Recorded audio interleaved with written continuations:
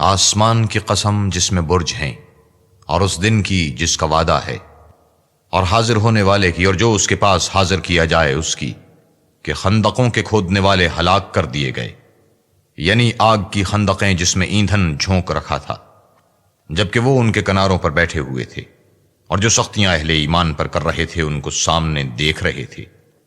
ان کو مومنوں کی یہی بات بری لگتی تھی کہ وہ خدا پر ایمان لائے ہوئے تھے، جو غالب اور قابل ستائش ہے، جس کی آسمانوں اور زمین میں بادشاہت ہے، اور خدا ہر چیز سے واقف ہے۔ جن لوگوں نے مومن مردوں اور مومن عورتوں کو تکلیفیں دی اور توبہ نہ کی، ان کو دوزخ کا اور عذاب بھی ہوگا اور جلنے کا عذاب بھی ہوگا۔ اور جو لوگ ایمان لائے اور نیک کام کرتے رہے ان کے لیے باغات ہیں جن کے نیچے نہریں بہہ رہی ہیں، یہی بڑی کامیابی ہے۔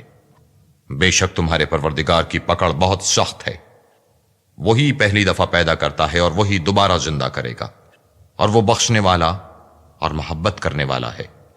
عرش کا مالک بڑی شان والا، جو چاہتا ہے کر دیتا ہے۔ بھلا تم کو لشکروں کا حال معلوم ہوا ہے، یعنی فرعون اور سمود کا، لیکن کافر جان بوجھ کر تکذیب میں گرفتار ہیں، اور خدا بھی ان کو گرد گرد سے گھیرے ہوئے ہے۔ یہ کتاب ہزل و بطلان نہیں، بلکہ یہ قرآن عظیم الشان ہے، لوح محفوظ میں لکھا ہوا۔